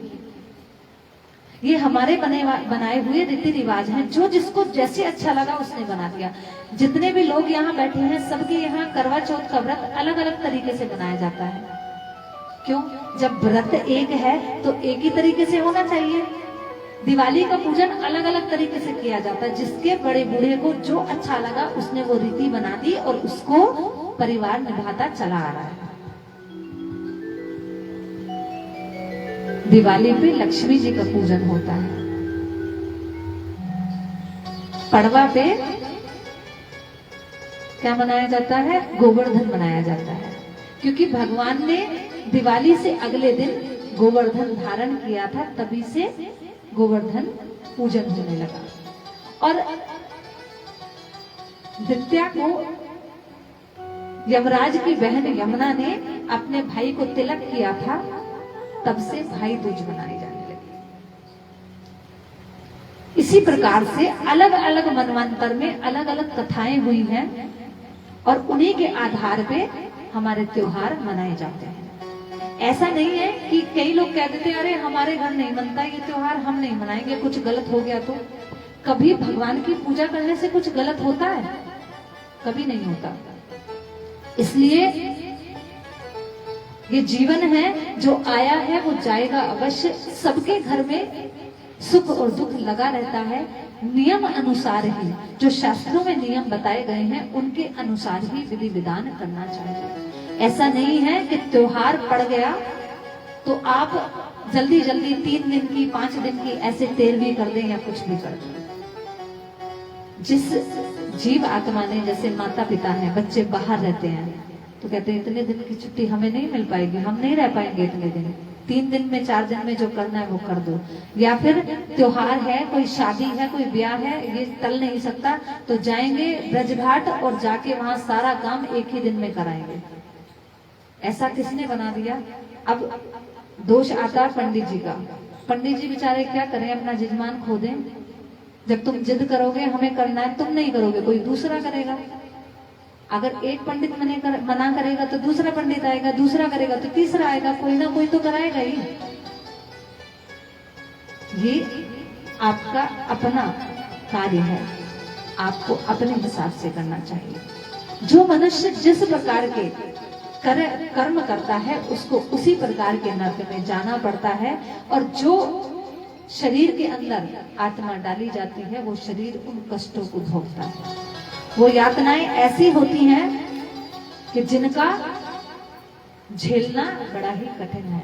हमारे इस शरीर पे अगर थोड़ी सी यातना अधिक हो जाएगी तो ये नष्ट हो जाएगा, लेकिन वो शरीर ऐसा होता है कि जो नष्ट भी नहीं होता, उसको आपके किए के कर्मों की सजा भोगनी होगी। इसलिए कर्म हमारे हाथ में है, हमेशा सोच समझ के कर्म करें। ऐसे कर्म करें जिससे किसी का बुरा ना हो, किसी के साथ अन्याय ना हो, नहीं तो उस अन्याय का फल भोगना पड़ेगा। भागवत जी में गरुड़ पुराण से ही लेकर ये लिखा हुआ है कि जो जिस जाति में है उसको उसी जाति के अनुसार कर्म करना चाहिए। यानी ब्राह्मण को पढ़ना, पढ़ाना, यज्ञ करना, पूजा पाठ कराना, अनुष्ठान कराना, ये ही करना चाहिए। इसको छोड़कर कोई अलग कार्य नहीं करना चाहिए। जैसे आजकल बहुत सारे ब्राह्मण ऐसे हैं जो बड़े बड़े पद पे प्रतिष्ठित हैं, लेकिन विधान ये बताया गया है कि केवल ब्राह्मण को पूजा पाठ करके या शिक्षा वृत्ति करके ही अपना जीवन व्यापन करना चाहिए। क्षत्रिय को हमेशा रक्षा का कार्य करना चाहिए। आज के समय में तो जितनी जातियां हैं सारी जाति रक्षा के कार्य में जा रही है, लेकिन केवल और केवल जो क्षत्रिय हैं उन्हीं को रक्षा का भार संभालना चाहिए। ऐसा हमारे पुराण कहते हैं, ये मैं नहीं कह रही हूं। वैश्य को केवल और केवल व्यापार करना चाहिए। जितने भी व्यापार हैं जगत में वो सारे वैश्य के लिए बताए गए हैं। और शूद्र को, जो शूद्र जाति में आया है, अपने कर्मों से वो शूद्र जाति में आया है, उसको केवल सेवा का अधिकार मिला है, उसको सेवा करनी चाहिए। जितने भी सेवारत कार्य हैं वो शूद्रों के लिए बनाए गए हैं। किसी भी दूसरे धर्म को या किसी दूसरी जाति को दूसरे धर्म और जाति का कार्य नहीं करना चाहिए, ऐसा हमारे पुराण कहते हैं। जब आप कभी देवी भागवत पढ़ोगे या सुनोगे तो उसमें दिया है कि कौन सी जाति को, कौन सी जाति की कन्या को भोजन कराना चाहिए। अपनी जाति के अनुसार ही भोजन कराना चाहिए। जो कन्या जन्म से ही रोगी है, कुपोषित है या शरीर से अंग भंग है, उसको कभी भी पूजन में नहीं बिठाना चाहिए, क्योंकि जो कन्याएं होती हैं वो माता का रूप मानी गई है। जब आप किसी कन्या को बिठाकर भोजन करा रहे हैं तो इसका मतलब आप माँ भगवती को बिठाकर भोजन करा रहे हैं। नियम तो ये है कि 3 कन्याओं को कम से कम बिठाना चाहिए, लक्ष्मी, काली और सरस्वती के रूप में। लेकिन कई बार ऐसा होता है कि 5, 7, 9, जैसे हम नवरात्रे रख रहे हैं तो 9 कर लेते हैं या 7 कर लेते हैं। कीजिए, लेकिन अपने वर्ण को ध्यान में रखते हुए ही कन्याओं का चयन कीजिए। कहते हैं कि अगर कोई और जाति की, मैंने तो कई लोगों को मुसलमानों की कन्याएं जमाते देखा है, कन्या नहीं मिली तो बिठा लिया। आप सोच के देखो वो कैसे बैठने लायक है आपके घर में। जब उसका धर्म ही दूसरा है तो वो कैसे बैठने लायक है। ऐसे ही वो उस दूसरे जन्म में धर्म में जन्म नहीं लेती, उसके प्रारब्ध उसके कर्म उसको वहां लेके आते हैं। एक बालक जन्म लेता है, एक ही समय पे जाने कितने बालक जन्म लेते हैं। एक करोड़पति घर में होता है, एक अरबपति घर में होता है, एक राजा महाराजा के घर में होता है, वो एक गरीब के घर में होता है, एक शूद्र जाति में होता है, एक क्षत्रिय जाति में होता है। सब अपने कर्मों के अनुसार, अपने भाग्य के अनुसार जन्म लेते हैं। सबको उनके कर्मों का फल मिलता है। अब परीक्षित महाराज कहते हैं, भगवान अब आप मुझे इस ब्रह्मांड की व्याख्या कीजिए कि ब्रह्मांड में कहां कहां क्या स्थित है। उन 14 भवनों की व्याख्या कीजिए जिससे यह ब्रह्मांड भरा पड़ा हुआ है। सुखदेव जी महाराज कहते हैं, राजन सुनो, 14 भवनों से ये ब्रह्मांड बनाया हुआ है। 7 लोग पृथ्वी के नीचे हैं और 7 लोग पृथ्वी के ऊपर हैं। पृथ्वी के ऊपर अतल, वितल, सुतल, तलातल, महातल, रसातल, पाताल है, जो कि पृथ्वी के ऊपर विराजमान है। और पृथ्वी के नीचे भू, भव्य, स्वाहा, मह, जन, तप, सत्य, ये सब भुवनात्मक नीचे हैं। इन सब का जो स्थान है वो 50 करोड़ योजन की दूरी में बना हुआ है। नरक पृथ्वी से 99 योजन नीचे है, जिसको समयनीपुरी भी कहते हैं। जैसे कि मैंने आपको कल बताया था कि पृथ्वी से 99 योजन नीचे की दूरी वैज्ञानिकों ने तय की है कि अमेरिका पृथ्वी से अगर हम देखें तो पृथ्वी के ठीक नीचे बैठती है। तभी तो वहां जब यहाँ पे सूरज निकलता है तो वहां छिप जाता है। कई जगह ऐसा होता है ना, इसीलिए वो होता है। इसी 14 भवनों में पूरा ब्रह्मांड समाया हुआ है। व्यक्ति को उसके कर्मों के अनुसार ही फल प्राप्त होता है। इसलिए बड़े सोच समझ के अपने जीवन में कर्म हमें करने चाहिए। बोलो भक्तवत्सल भगवान की जय। जय जय श्री राधे, जय जय श्री राधे, जय जय श्री राधे श्याम। सुखदेव जी महाराज परीक्षित जी से कहते हैं, राजन तुम्हारा मन, तुम्हारा कर्म भगवान से जुड़ गया है। कोई तक्षक नाग तुम्हारे इस शरीर का नाश नहीं कर सकता। उससे पहले ही तुम भगवान को प्राप्त कर लोगे, ऐसा मेरा विश्वास है। जो मन कर्म से तुम भगवान की कथा सुन रहे हो, भगवान के नाम का प्रभाव तुम सुन रहे हो, उसका फल तुम्हें अवश्य प्राप्त होगा। राजन अब मैं तुम्हें भगवान के नाम की महिमा की ऐसी ही एक कथा सुनाता हूँ। कन्नौज नगरी में एक दासीपति ब्राह्मण रहता था। दासीपति क्यों कहा गया? इसका नाम था अजामिल। अजा यानी के माया और मिल यानी के जो माया के अंदर मिल हो जाए, लिप्त जाए, वो अजामिल। ये ब्राह्मण अपने परिवार के साथ सुखपूर्वक रहता था। एक समय ये व्यापार करने के लिए किसी वन से जा रहा था। वहीं पे एक सरोवर था जहां पे कुछ वैश्या किसी के साथ रमण कर रही थी। इस ब्राह्मण ने उनमें से एक वैश्या को देखा और उस पर मोहित हो गया। कुछ समय के बाद ये ढूंढता ढूंढता उस वैश्या के घर गया और उसको पाने की इच्छा व्यक्त की। उस वैश्या ने कहा कि अगर तुम मेरा भरण पोषण करो तो मैं तुम्हारे साथ विवाह करके तुम्हारे साथ रहूंगी और मैं ये कर्म छोड़ दूंगी। अजामिल अपना घर बार, अपनी स्त्री को छोड़कर उस वैश्या के साथ उसके घर में रहने लग जाता है। धीरे धीरे इसके 9 पुत्र हो गए और आयु भी बढ़ गई। अब इसकी पत्नी गर्भवती है, 10वां पुत्र उसके पेट में है। उसी समय कुछ ब्राह्मण इसकी कुटिया के बाहर से निकलते हैं, इसके घर के बाहर से निकलते हैं। उन्हें प्यास लगती है तो वो इसके दरवाजे पे खटखटाकर पानी मांगते हैं। वैश्या बाहर निकलती है, अजामिल की पत्नी, और बाहर निकलकर उन ब्राह्मणों को जल पिलाती है। उसके बाद कहती है, ब्राह्मण देवता, अगर आप थक गए हैं तो मैं आपको भोजन भी करा सकती हूँ, आप विराजमान हो जाइए, मैं आपके लिए भोजन बना के लाती हूँ।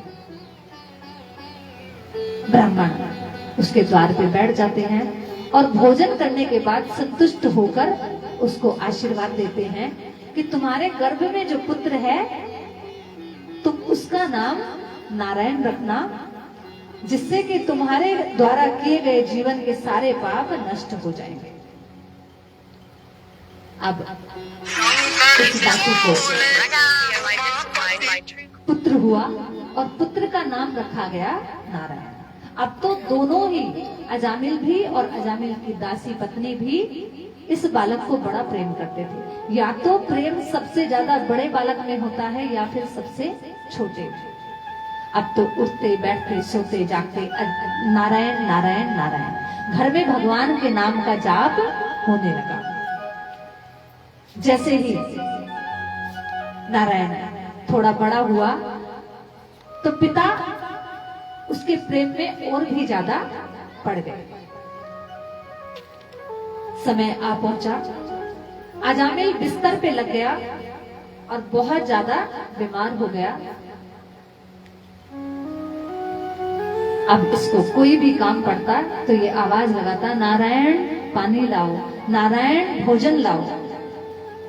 पुत्र नारायण अपने पिता की सेवा करता तो केवल अजामिल के मुख पर नारायण नाम रम गया।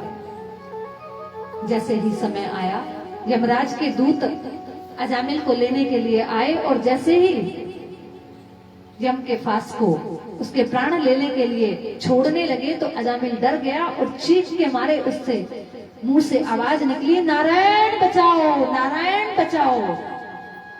अब तो भगवान के कानों में आवाज पड़ी कि कोई मेरा भक्त मुझे पुकार रहा है। क्योंकि आज अजामिल के मुख से बड़ी करुण पुकार निकली थी। जब प्राण संकट में होते हैं ना तो व्यक्ति के मुख से ऐसे ही करुणा भरे शब्द निकल पड़ते हैं। जैसे ही नारायण के नाम का उच्चारण करना शुरू किया, भगवान ने अपने पार्षदों को भेज दिया। यम के पास, यम के दूत जो पास फेंक कर इस अजामिल को दंड दे रहे थे, भगवान के दूतों ने जाके इन्हें डांट लगाई, तुम क्या करते हो? तुम्हें दिख नहीं रहा कि यह व्यक्ति भगवान नारायण का नाम ले रहा है, उनके नाम का जाप कर रहा है, तब भी तुम इसे ले जा रहे हो? यम के दूतों ने कहा कि यमराज ने हमें भेजा है, सारा जीवन इसने कोई पुण्य कर्म नहीं किया, दुख ही दुख दिए हैं, अपनी स्त्री को दुख दिया, अपने बालकों को दुख दिया, अपने माता पिता को दुख दिया। अब ये अंत समय में यमपुरी को जाएगा, जितने इसने पाप किए हैं उस पापों का दंड इसे अवश्य भोगना पड़ेगा। अब तो भगवान के दूत बोले कि चाहे इसने सारा जीवन पाप किया हो, लेकिन अंत समय में ये भगवान को पुकार रहा है, इसलिए ये भगवान के द्वार जाएगा।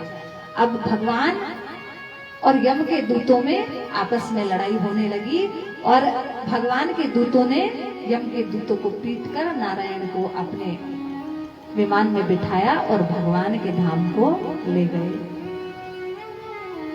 यमदूत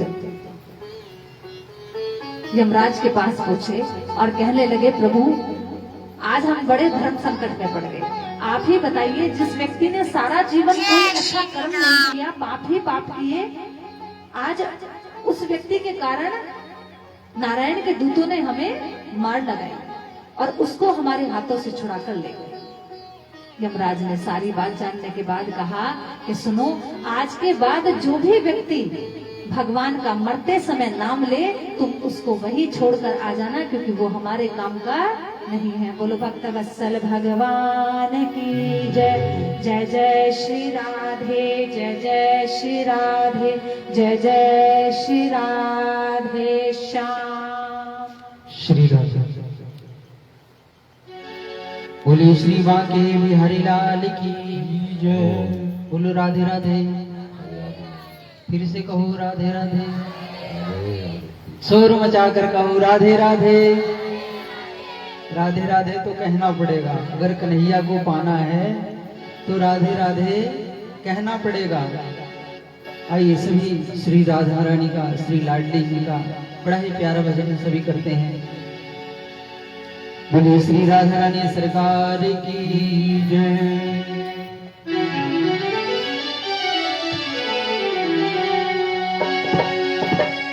श्री राधे, श्री राधे, श्री राधे, श्री राधे। श्री राधे वृषवान जा, भक्तन प्राण आधार। श्री वृंदावन विहारिणी, प्रणव बारंबार। जैसो तैसो रावरो, कृष्ण प्रिया सुखधाम। चरण शरण राखियो, सुंदर सुखद लगा। बोलो श्री राधा रानी सरकार की जय। करुणामयी श्री राधे, वृषभानु की दुलारी। करुणामयी श्री राधे, वृषभानु की दुलारी। करुणामयी श्री राधे, वृषभानु की दुलारी। करुणामयी श्री राधे, वृषभानु की दुलारी। हम हैं शरण तिहारी, हम हैं शरण तिहारी। सुध लीजिए हमारी। करुणामयी श्री राधे, वृषभानु की दुलारी। करुणामयी श्री राधे, वृषभानु की दुलारी। करुणामयी श्री राधे, वृषभानु की दुलारी। हम हैं शरण तिहारी, हम हैं शरण तिहारी। सुध लीजिए हमारी।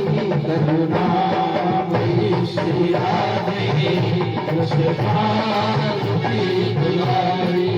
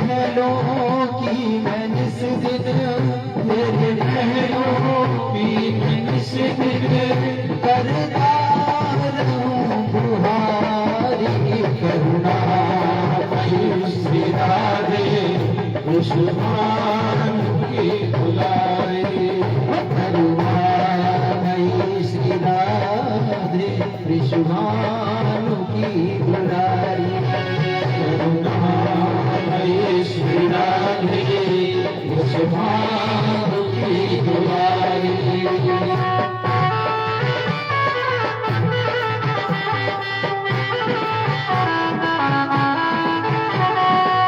लाडली सुधरी जय हमारी तेरा धरानी श्यामा प्यारी लाडली सुधरी जय हमारी प्रिया धरानी श्यामा प्यारी लाडली सुधरी जय हमारी तेरा धरानी श्यामा प्यारी लाडली सुधरी जय हमारी प्रिया धरानी श्यामा प्यारी लाडली सुधरी जय हमारी तेरा धरानी श्यामा प्यारी लाडली सुधरी जय हमारी प्रिया धरानी श्यामा प्यारी होगी मोह पे कृपा तुम्हारी हे राधा रानी हे श्यामा प्यारी हे लाडली सुधरी जय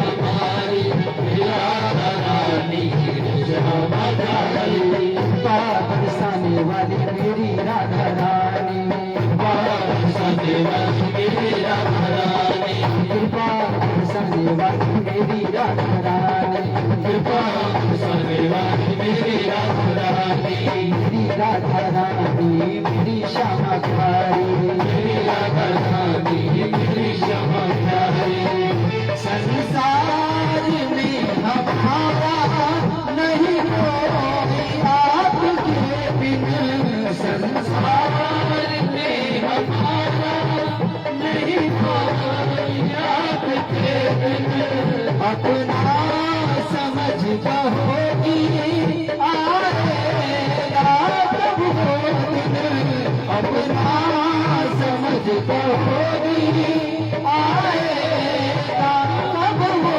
दिन निज दासियों की दासी निज दासियों की दासी मुझको बना लो प्यारी करुणामयी श्री राधे विश्वभान की दुलारी करुणामयी श्री राधे विश्वभान की दुलारी करुणामयी श्री राधे विश्वभान की दुलारी आइए एक बार सभी अपने मुखारविंद को पवित्र करें सभी गाएं देखिए अगर कन्हैया को पाना है तो श्री जी को तो मनाना ही पड़ेगा और वैसे भी श्री जी की पावर ज्यादा है बताते हैं कन्हैया जी 16 कला संपूर्ण है और श्री जी श्री राधा रानी 64 कला संपूर्ण है 64 कलाओं से परिपूर्ण है आइए सभी गाएं एक बार करुणामयी श्री राधे वृषभानु की दुलारी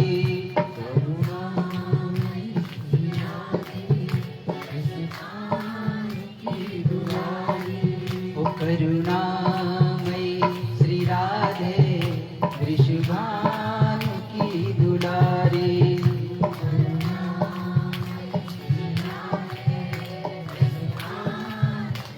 हमारे भाई लोग हमारे पिता समान जो बुजुर्ग हैं वो नहीं बोल रहे हैं आप लोग घर में नहीं बोलते होंगे यहाँ तो बोल ही सकते हैं हाँ घर में आप लोगों की आवाज बेशक ना निकले यहाँ तो आप बिंदास होकर बोल सकते हैं या वैसे भी प्रभु का नाम ले रहे हैं घबराने वाली बात नहीं है करुणामयी श्री राधे विश्वभानु की दुलारी तुम्हारी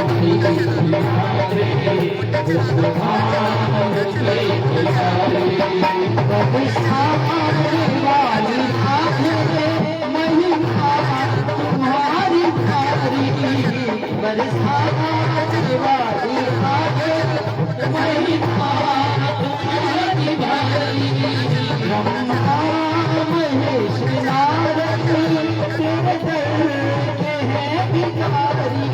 ब्रह्मा महेश नारद तेरे दर के हैं भिखारी। जिन्हें पूजता सभी जग, जिन्हें पूजता सभी जग, वो हैं तेरे पुजारी।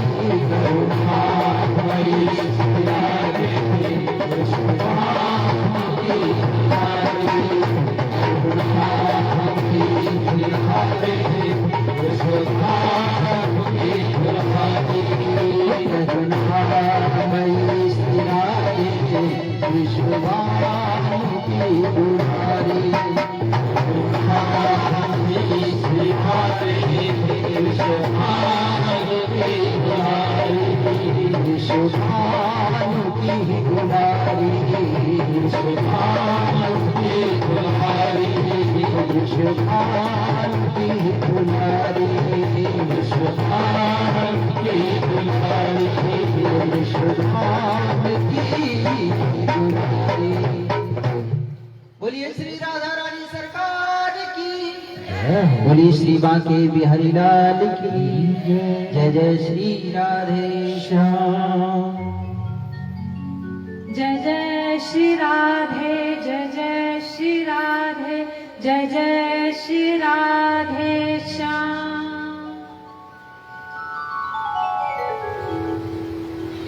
भागवत जी में कहीं भी श्री राधा जी का नाम नहीं है, लेकिन कहा जाता है कि भागवत जी के ये सफेद पृष्ठ श्री राधा जी हैं और जो काले शब्द हैं वो भगवान कृष्ण हैं।